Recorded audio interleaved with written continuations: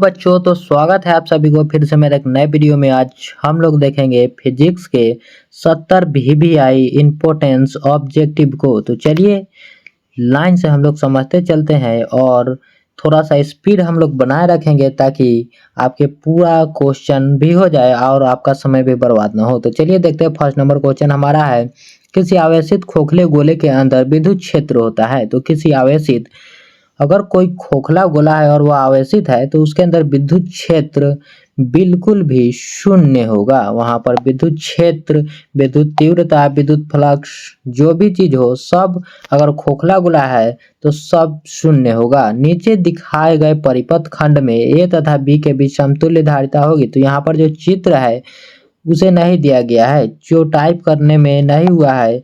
तो चलिए मैं उसका आंसर आपको बता देता हूँ। तो उसका आंसर हो जाएगा सी नंबर, यानी कि 20/9 माइक्रोफैराडे। 3 नंबर क्वेश्चन है हमारा, चुंबक की ज्यामितीय लंबाई एल जी एवं चुंबकीय लंबाई एल एम में संबंध है। तो चुंबकीय जो लंबाई है, जो यहाँ पर हो जाएगा एल एम बराबर 5/6 एल जी। हमारा डी नंबर ऑप्शन सही हो जाएगा, जो कि ज्यामितीय लंबाई और चुंबकीय लंबाई को संबंध को दर्शाता है। और डी ब्रोगली तरंग दैर्ध्य लेमडा एवं संवेग पी के बीच संबंध है। तो यहाँ पर हमारा हो जाएगा लेमडा बराबर एच बाई पी। लेमडा बराबर एच बाई पी ट्रांसफार्मर का क्रोड बनता है। तो ट्रांसफार्मर का जो क्रोड होता है वह नरम लोहा से बनता है। ट्रांसफार्मर का क्रोड नरम लोहा से बनता है। निम्नलिखित में से कौन विद्युतीय क्षेत्र से त्वरित नहीं होता है। तो विद्युतीय क्षेत्र से जो त्वरित नहीं होता है वह है न्यूट्रॉन, जो कि विद्युतीय क्षेत्र से त्वरित नहीं होता है। दो इलेक्ट्रॉन, यहाँ पर देखिए, दो इलेक्ट्रॉन की परमाणु संख्या का, दो इलेक्ट्रॉन की परमाणु संख्या का अनुपात 1:27 है। उनकी नाभिकीय त्रिज्याओं का अनुपात है। तो उनके जो नाभिकीय त्रिज्याओं का अनुपात हो जाएगा, देखिए यहाँ पर 1 है तो यहाँ पर 1 से तो कोई मतलब नहीं है, लेकिन यहाँ पर जो 27 है, अगर आप इसे 1/, यहाँ पर 3 कीजिएगा तो हमारा हो जाएगा, जब 27 को जब आप 3 से अधिक कीजिएगा तो यहाँ पर हो जाएगा 3 3 3, या आप पढ़ते कि नहीं, 3 का जब क्यूब करेंगे तो वहाँ पर 27 आएगा। इसलिए हमारा आंसर हो जाएगा यहाँ पर 1:3। 8 नंबर हमारा क्वेश्चन है, भू तरंगों के लिए आवृत्ति होनी चाहिए। तो भू तरंगों के लिए आवृत्ति हमारा 1500 किलोहर्ट्ज से कम होना चाहिए। भू तरंगों के लिए आवृत्ति। 9 नंबर हमारा क्वेश्चन है कि किसी परिपथ का प्रतिरोध तथा प्रतिबाधा 15 ओम है। परिपथ का शक्ति गुणांक यानी कि पावर फैक्टर कितना होगा। तो परिपथ का शक्ति गुणांक जो है, पावर फैक्टर, वह कितना होगा। तो अगर वहां पर 12 ओम का प्रतिरोध है, प्रतिबाधा 15 ओम है, तो यहाँ पर हो जाएगा 0.8। हमारा आंसर हो जाएगा 0.8। विद्युत चुंबक नर्म लोहे के बनाए जाते हैं क्योंकि नर्म लोहा रखती है। देखिए, चुंबक को नर्म लोहा से बनाया जाता है, और नर्म लोहा से क्यों बनाया जाता है, यहाँ पर क्वेश्चन ये है। तो नर्म लोहा से इसलिए बनाया जाता है ताकि उसकी जो चुंबकीय प्रकृति है वो बहुत अच्छी हो, अधिक हो, और उसका जो धारणशीलता है वो भी अधिक हो, इसके लिए बनाया जाता है। तो हमारा आंसर हो जाएगा बी नंबर। और 11वां नंबर क्वेश्चन है हमारा, पृथ्वी के चुंबकीय ध्रुवों पर नति कोण होता है। तो पृथ्वी के चुंबकीय ध्रुव पर जो है वो हमारा 90 डिग्री होता है, और विषुवत रेखा पर हमारा 0 डिग्री होता है। तो यहाँ पर जो क्वेश्चन है ध्रुवों पर, तो हमारा ऑप्शन नंबर सी हो जाएगा 90 डिग्री। और देखिए, एक वृत्ताकार कुंडली में तार के 500 फेरे हैं और उसकी त्रिज्या 5 सेंटीमीटर है। इस कुंडली के स्वप्रेरकत्व का मान कितना होगा। तो देखिए, तार जो है 500 फेरे लपटे गए हैं जिनकी त्रिज्या 5 सेंटीमीटर है, और यहाँ तो इसका आंसर हो जाएगा हमारा 25 मिली हेनरी। जो 12वां नंबर क्वेश्चन है, इसका आंसर हो जाएगा 25 मिली हेनरी। और 13वां नंबर क्वेश्चन हमारा, एक परिनालिका की लंबाई एल तथा अनुप्रस्थ का क्षेत्रफल ए है। इन फेरों की इस परिनालिका का स्वप्रेरकत्व होगा। तो देखिए, इसका आंसर हमारा हो जाएगा mu naught N square A by L. Mu naught N square A by L. और एल आर परिपथ की प्रतिबाधा है, तो एल आर परिपथ की प्रतिबाधा है हमारा √r² प्लस ओमेगा² L²। किसी प्रतिवर्ती परिपथ में यदि प्रतिरोध R तथा स्वप्रेरकत्व L हो तो धारा और वोल्टेज में कालांतर फाई के लिए संबंध है। तो जो हमारा धारा और कालांतर के लिए संबंध है वो हमारा हो जाएगा tan फाई बराबर ओमेगा L/R, जो tan फाई बराबर ओमेगा L/R, जो कि हमारे ऑप्शन नंबर सी में है। LC परिपथ की आवृत्ति होगी, तो LC परिपथ की हमारा आवृत्ति हो जाएगा F बराबर 1/2π√LC। और 17 नंबर क्वेश्चन है हमारा, दूर संचार के लिए उपयुक्त विकिरण है। तो दूर संचार के लिए हमारा माइक्रो तरंग का उपयोग किया जाता है। दूर संचार के लिए निम्नलिखित में कौन सा संबंध सही है? तो यहाँ पर एयर और वाटर के रेफरेंस में देना है, तो हमारा ऑप्शन नंबर ए हो जाएगा, जो कि ANG है। ए का मतलब यहाँ पर एयर होता है, जी का मतलब गैस और W का मतलब वाटर होता है। तो देखिए हमारा ऑप्शन नंबर ए हो जाएगा। किस कारण वायु का बुलबुला पानी के अंदर चमकता दिखाई देता है? तो पूर्ण आंतरिक प्रवर्तन के कारण पानी के अंदर जो बुलबुला होता है वह चमकता नजर आता है। और यहाँ पर देखिए 20 नंबर क्वेश्चन है हमारा, प्रकाश तरंगों के संचरण में दोलन तल की दिशा और ध्रुवन तल की दिशा के बीच कोण होता है। तो दोलन तल की दिशा और ध्रुवन कोण के बीच की दिशा होती है वह होती है 90 डिग्री की, 90 डिग्री की होती है। धातुओं का परावैद्युतांक होता है, तो धातु का परावैद्युतांक अनंत होता है। और जो हवा का है वो 1 होता है, आप लोग याद रखिएगा। और विद्युत क्षेत्र की तीव्रता का ऐसा मात्रक है, विद्युत क्षेत्र की तीव्रता का ऐसा मात्रक होता है न्यूटन प्रति कूलाम या वोल्ट पर मीटर, न्यूटन पर कूलाम या फिर वोल्ट पर मीटर। आप लोग याद रखिएगा कि इसका मात्रक वोल्ट पर मीटर भी होता है और न्यूटन प्रति कूलाम भी होता है। हमारा ऑप्शन नंबर ए सही हो जाएगा। ई तीव्रता के समरूप विद्युत क्षेत्र में P द्विध्रुव आघूर्ण वाला एक द्विध्रुव क्षेत्र की दिशा के लंबवत स्थित है।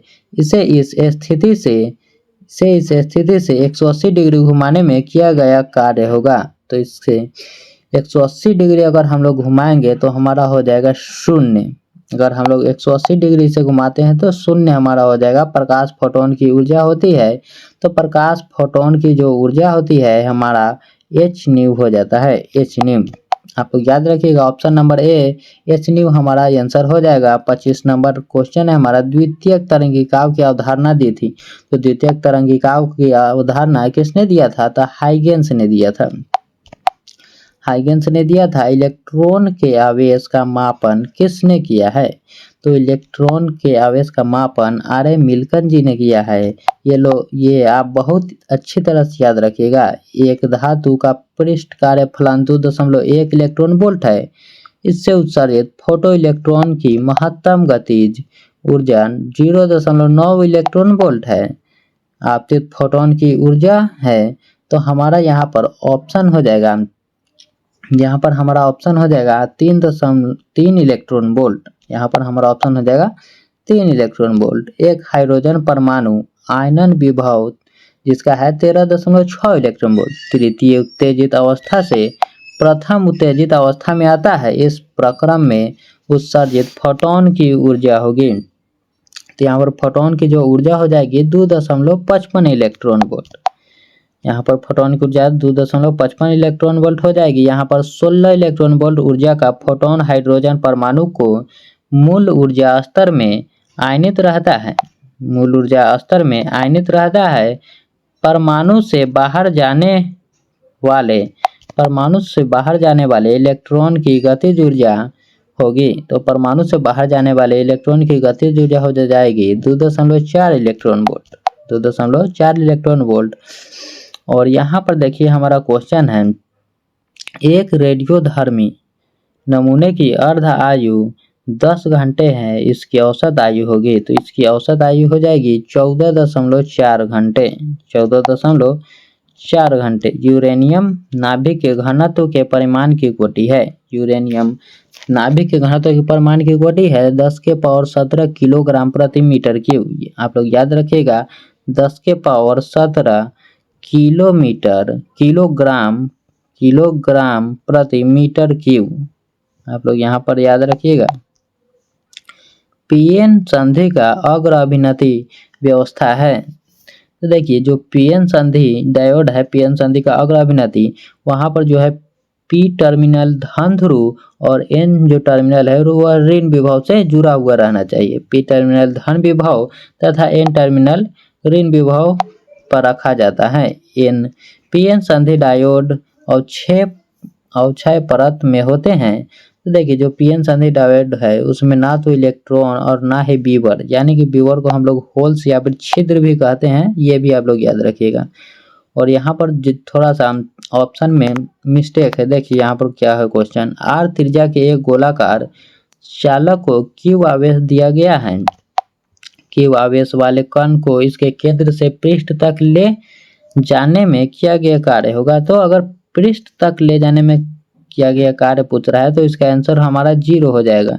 इसमें ऑप्शन जरा सा मिस्टेक है, आप लोग 0 इसको याद रखिएगा। चालकों के जाल से धारा प्रवाह को समझने के लिए उपयोग होता है। तो चालकों के जाल से जो धारा को समझने के लिए किया जाता है उपयोग, किरचॉफ के नियम को याद किया है, किरचॉफ के नियम का उपयोग किया जाता है, आप लोग याद रखिएगा। और विद्युत परिपथ के किसी बिंदु पर सभी धाराओं का बीजगणितीय योग क्या होता है। तो देखिए यह भी किरचॉफ का पहला नियम है, और जो सभी धाराओं का बीजगणितीय योग है वह 0 होता है, और इसे हम लोग बिंदु नियम भी कहते हैं। और देखिए यहाँ पर जो 37 नंबर क्वेश्चन है, जी ओम प्रतिरोध वाले एक वोल्ट मापी का परास भी वोल्ट है, इसे एन भी वोल्ट परास के वोल्ट मापी में बदलने के लिए श्रेणी क्रम में प्रतिरोध लगाना होगा। तो श्रेणी क्रम में कितना प्रतिरोध लगाना होगा, n-1g, इसका फॉर्मूला जो है n-1g, आप लोग याद रखिएगा। यदि धारा मापी गैल्वेनोमीटर का प्रतिरोध Rg, एमीटर का प्रतिरोध Ra तथा वोल्टमीटर का प्रतिरोध Rb हो तो क्या हो जाएगा इसका आंसर, तो इसका आंसर हो जाएगा ए नंबर हमारा Ra से बड़ा होगा Rg, Rg से बड़ा होगा Rb, आप लोग याद रखिएगा। एक समान विद्युत क्षेत्र E एवं द्विध्रुव को E की दिशा से ठिठ्ठा विक्षेप में किया गया कार्य होता है। तो ठिठ्ठा विक्षेप में किया गया कार्य हमारा हो जाएगा ओमेगा बराबर P1 minus cos theta, omega बराबर P1 minus cos theta. N type में मुख्य धारावाहक होते हैं। तो एन टाइप जो है, एन टाइप में हमारा होता है इलेक्ट्रॉन मुख्य धारावाहक, और पी टाइप में हमारा होता है होल, याद रखिएगा, होल छिद्र, या फिर उसे आप बीवर भी कह सकते हैं। निम्नलिखित में किसकी भेदन क्षमता महत्तम होती है, तो सबसे अधिक भेदन क्षमता गामा किरण की होती है, सबसे अधिक भेदन क्षमता गामा किरण की होती है। थोरियम 202 और एक यहाँ पर 84 है नाभिक, पहले एक अल्फा कण और फिर एक बीटा कण उत्सर्जित करता है, परिणामी नाभिक की परमाणु संख्या होगी, परमाणु संख्या हमारी हो जाएगी 83, आप लोग याद रखिएगा, ऑप्शन नंबर बी हमारा 83 हो जाएगा। पूर्ण तरंग दृष्टिकारी में यदि निवेश आवृत्ति 50 हर्ज है तो निर्गम आवृत्ति हो जाएगी। तो 50 हर्ज अगर हमारा जो निवेश आवृत्ति है तो यहाँ पर 2 से गुना कर दीजिए, अगर आपको आवृत्ति जो निर्गम आवृत्ति निकालना है तो हमारा जो हो जाएगा 100 हर्ज हो जाएगा, यहाँ पर 100 हर्ज। पानी तथा कांच का अपतनांक क्रमशः 3/2 एवं 4/3 है। कांच से पानी में जाती एक क्रांति कोण होगा, जो कांच से पानी में प्रकाश की किरण जा रही है तो उसका क्रांति कोण क्या होगा, तो उसका जो क्रांति कोण है आप लोग देखिए किस प्रकार से निकालेंगे। यहाँ पर 3/2 है, 3/2 है, और जो यहाँ पर है 4/3, 4/3। तो आप इसको किस प्रकार से निकालेंगे, देखिए आपको यहाँ पर इस एक को उल्टा कर देना है, ताकि जिससे हमारा आंसर आ जाएगा साइन इनवर्स 8/9, जिससे गुना होगा 2 में 4 से हो जाएगा और 3 3 9 हो जाएगा। देखें द्विक छिद्र प्रयोग में यदि प्रकाश का तरंगदैर्घ्य दुगनी कर दी जाए तो फ्रिंज की चौड़ाई हो जाएगी। देखिए तो अगर द्विक छिद्र प्रयोग से हम लोग प्रकाश के तरंगदैर्घ्य को दुगनी करते हैं तो फ्रिंज की चौड़ाई भी तो हमारी दुगनी हो जाएगी ना, तो हमारा ऑप्शन नंबर बी हो जाएगा दुगनी। और 46 नंबर क्वेश्चन है हमारा, एक उत्तल लेंस से 24 सेंटीमीटर की दूरी पर रखी एक वस्तु का 3 गुना वर्धित काल्पनिक प्रतिबिंब बनता है, लेंस की फोकस दूरी होगी। बताइए लेंस की फोकस दूरी कितनी हो जाएगी? तो हमारा यहाँ पर हो जाएगा ऑप्शन नंबर बी 36 सेंटीमीटर हमारा आंसर हो जाएगा। यहाँ पर देखिए श्रेणीबद्ध एलसीआर परिपथ में अनुनाद होने के लिए आवश्यक शर्त है। तो श्रेणीबद्ध एलसीआर में अनुनाद होने के लिए संबंध होगा ओमेगा एल बराबर 1/ओमेगा सी, ओमेगा एल बराबर 1/ओमेगा सी। और देखिए यहाँ पर है एक परिपथ के प्रतिवर्ती धारा का व्यंजक I बराबर 50 cos 100 पाई दिया है। देखिए यहाँ पर इस प्रतिवर्ती धारा का की आवृत्ति है, तो यहाँ पर देखिए 50 दिया हुआ है, तो आप यहाँ पर 50 बोल रहा हूँ, यहाँ पर 100 दिया है, जो 100 है तो इसमें आप 2 से भाग दे दीजिएगा, जिससे हमारा आ जाएगा 50 हर्ट्ज और यही हमारा आंसर हो जाएगा। और ब्रूस्टर का नियम, यहाँ पर देखिए ब्रूस्टर का नियम बहुत फेमस है, आप लोग याद रखिएगा ब्रूस्टर का नियम क्या है। तो देखिए यहाँ पर सब गलत दिया हुआ है, मैं आपको बताता हूँ ब्रूस्टर का नियम क्या है। तो देखिए म्यू बराबर हमारा हो जाएगा tan IP, म्यू बराबर tan IP। ब्रूस्टर का जो नियम है म्यू बराबर यहाँ पर P हो जाएगा, म्यू बराबर tan IP, म्यू बराबर tan IP। और बीटा क्षय उत्पन्न करता है, बीटा क्षय उत्पन्न करता है, तो हमारा जो बीटा क्षय उत्पन्न करता है संभारिक, बीटा क्षय उत्पन्न करता है संभारिक। और देखिए यहाँ पर निम्नलिखित विद्युत चुंबकीय तरंगों में किसका तरंग दैर्ध्य सबसे कम होता है? तो सबसे कम तरंग दैर्ध्य होता है, सबसे कम तरंग दैर्ध्य होता है यहाँ पर गामा किरण की। यहाँ पर जो सबसे कम तरंग दैर्ध्य होता है वह गामा किरण की होता है। एक बोल्ट से आवेशित 1 माइक्रोफैराडे धारिता वाले संधारित्र पर कुल आवेश होगा। देखिए एक बोल्ट से आवेशित किया जा रहा है 1 माइक्रोफैराडे धारिता वाले, तो यहाँ पर हो जाएगा 1 माइक्रोकुलाम, 1 माइक्रोकुलाम। हमारा ऑप्शन नंबर 20 सही हो जाएगा। यहाँ पर देखिए 53 नंबर क्वेश्चन है हमारा, 64 समरूप बूंदे जिनमें प्रत्येक की धारिता 5 माइक्रोफैराडे है मिलकर एक बड़े बूंद बनाती है, बड़े बूंद की धारिता होगी। यह बहुत ही पूछा जा चुका है, या सबको याद होगा कि 20 माइक्रोफैराडे होता है। यहाँ पर आप किस प्रकार से इसे याद कर सकते हैं? तो देखिए यहाँ पर जो 64 है, 64 का जो हम लोग करेंगे यहाँ पर देखिए 1/, यहाँ पर पावर में 1/3, जब आप लोग 64 का कीजिएगा तो सोचिए कितना आएगा, समझे, तो 4 आ जाएगा। और 4 को जब हम लोग 5 से गुना करेंगे तो हमारा आंसर हो जाएगा 20। और इसी प्रकार बनता है हमारा ऑप्शन नंबर सी 20 माइक्रोफैराडे इसका आंसर आ जाएगा। और 54 नंबर क्वेश्चन है, प्रकाश के एक माध्यम से दूसरे माध्यम में प्रवेश करने पर क्या अचर रहता है?